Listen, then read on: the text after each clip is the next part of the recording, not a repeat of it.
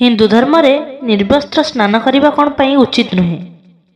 दिने भगवान श्रीकृष्ण माता लक्ष्मी सहित हरिद्वार में भ्रमण करुथिले। माता लक्ष्मी देखिले सब मनीष गंगारे गाधोइबा बेले हर हर गंगा कही गाधौथिले, तो सबु लोक दुखी एवं चिंतित थिले।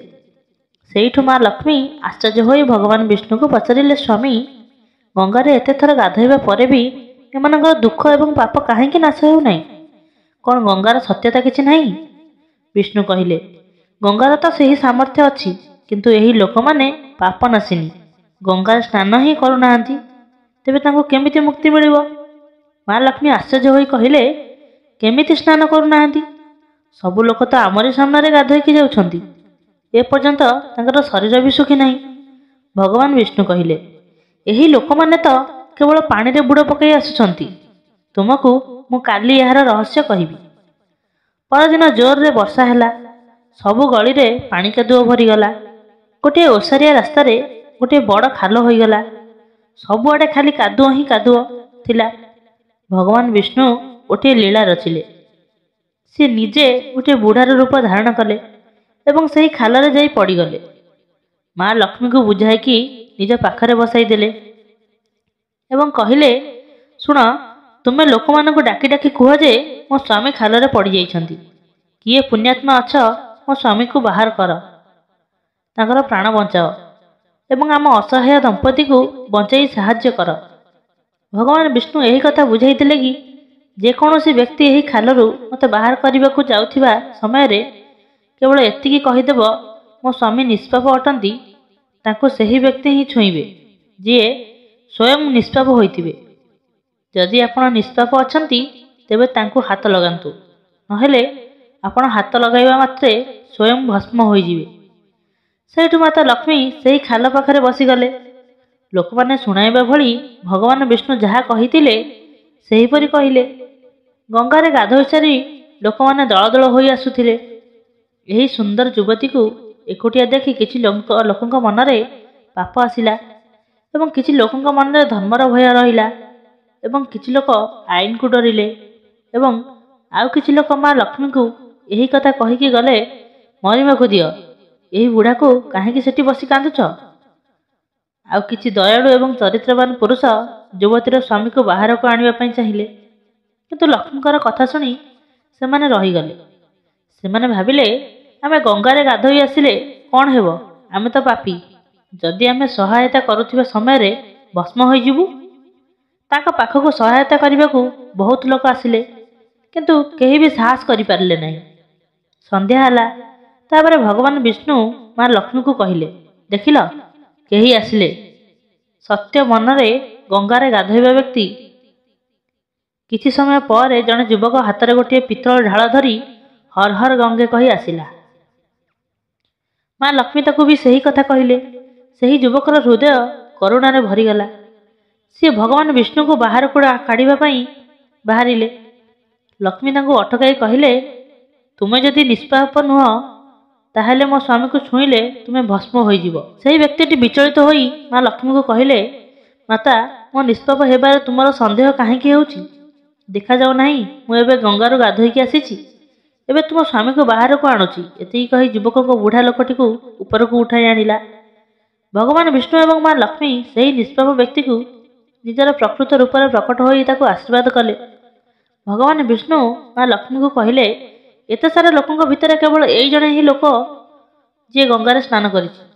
एही दृष्टांतरू जना पड़िला, जो लोक बिना श्रद्धा बिना विश्वास केवल निजर दंभ पई गंगा स्नान करे ताको केबे भी फल प्राप्ति हुए नहीं। किंतु यार माने एया नुहे जे गंगा स्नान व्यर्थ हुए।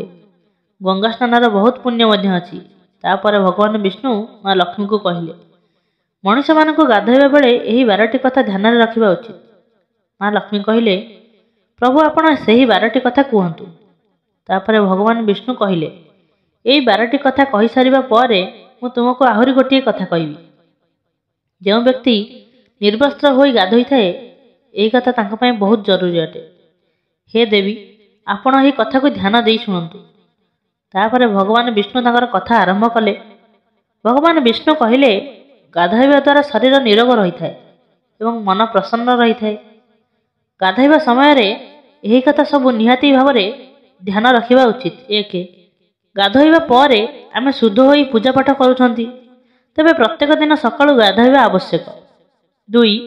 ଶାସ୍ତ୍ରରେ କୁହାଯାଇଛି ଗାଧୋଇବା ପରେ ଆମକୁ ଏହି 8ଟି ଗୁଣ ପ୍ରାପ୍ତି ହୋଇଥାଏ: ରୂପ, ତେଜ, ବଳ, ପବିତ୍ରତା, ଆୟୁ, ଆରୋଗ୍ୟ, ସୁବିଚାର, ନିରୋଗ। 3. ଧନ, ପୁଷ୍ଟି, ଆରୋଗ୍ୟ ଏବଂ ସ୍ୱାସ୍ଥ୍ୟ ଚାହିଁବା ବ୍ୟକ୍ତିକୁ ସବୁଦିନ ଗାଧୋଇବା ଦରକାର। 4. ଶାସ୍ତ୍ରରେ କୁହାଯାଇଛି ସକାଳୁ ଗାଧୋଇବା ଦ୍ୱାରା ପାପର ନାଶ ହୋଇଥାଏ ଏବଂ ପୁଣ୍ୟ ମିଳିଥାଏ।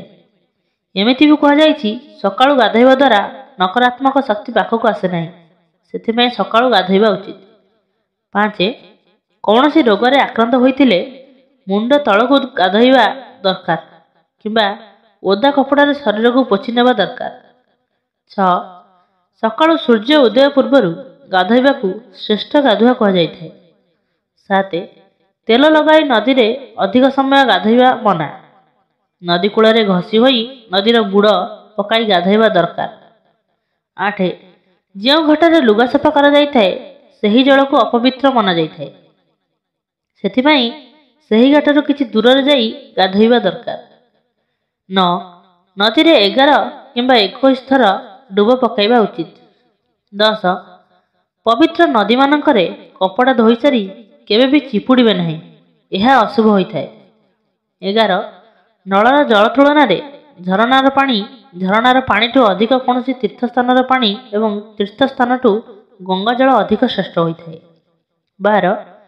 ଗଙ୍ଗା ମା କହିଛନ୍ତି ଗାଧୋଇବା ସମୟରେ କୌଣସି ବ୍ୟକ୍ତି ଯେଉଁଠି ବି ମୋତେ ସ୍ମରଣ କରିବ ମୁଁ ସେହି ଜଳରେ ଆସିଯିବି। ତାପରେ ଭଗବାନ ବିଷ୍ଣୁ କହିଲେ, ଏବେ ମୁଁ ତୁମକୁ ସେହି ବ୍ୟକ୍ତିମାନଙ୍କ ବିଷୟରେ କହିବି ଯେଉଁମାନେ ନିର୍ବସ୍ତ୍ର ହୋଇ ଗାଧୋଇଥାନ୍ତି। ଯେଉଁ ନାରୀ କିମ୍ବା ପୁରୁଷ ନିର୍ବସ୍ତ୍ର ହୋଇ ଗାଧୋଇଥାଏ, ହିନ୍ଦୁ ଧର୍ମଶାସ୍ତ୍ରରେ କୁହାଯାଇଛି ସବୁ କାର୍ଯ୍ୟର କିଛି ନା କିଛି ନିୟମ ଅଛି, ତେଣୁ ସବୁ ବ୍ୟକ୍ତିକୁ ଶାସ୍ତ୍ରରେ ନିୟମ ଅନୁସାରେ ଚଳିବା ଦରକାର। ସେହି ନିୟମ ମଧ୍ୟରୁ ଗୋଟିଏ ହେଉଛି ନିର୍ବସ୍ତ୍ର ସ୍ନାନ କରିବା। ଆପଣ ଶୁଣିଥିବେ ଘରର ବଡ଼ମାନେ କୁହନ୍ତି କେବେ ବି ବିନା କପଡ଼ାରେ ଗାଧୋଇବା ଉଚିତ ନୁହେଁ। ଯଦି ଆମେ ପୌରାଣିକ କଥା କହିବା, ନିର୍ବସ୍ତ୍ର ସ୍ନାନ କରିବା ମନା। ଏହାର ଗୋଟିଏ ବଡ଼ କାରଣ ଭଗବାନ ଶ୍ରୀକୃଷ୍ଣଙ୍କ ସମୟରେ ଯୋଡ଼ା ହୋଇଛି। ପୌରାଣିକ କଥା ଅନୁସାରେ ଦିନେ ଗୋପୀମାନେ ସରୋବରରେ ସ୍ନାନ କରୁଥିଲେ ଏବଂ ବିନା ବସ୍ତ୍ରରେ ସ୍ନାନ କରୁଥିଲେ। ସେହି ସମୟରେ ବାଲକୃଷ୍ଣ ତାଙ୍କର ସବୁ ବସ୍ତ୍ର ଚୋରାଇ ନେଇଥିଲେ। ତାପରେ ଗୋପୀମାନେ ନିଜର ବସ୍ତ୍ର ଫେରାଇବା ପାଇଁ ପ୍ରାର୍ଥନା ଶ୍ରୀକୃଷ୍ଣଙ୍କୁ କରିଥିଲେ। ତାପରେ ଭଗବାନ ଶ୍ରୀକୃଷ୍ଣ ତାଙ୍କୁ ବୁଝାଇଲେ କେଉଁଠି ବି ବିନା ବସ୍ତ୍ରରେ ସ୍ନାନ କରିବା ଉଚିତ ନୁହେଁ। ଏଥିରେ ଜଳର ଦେବତା ବରୁଣଙ୍କର ଅପମାନ ହୋଇଥାଏ।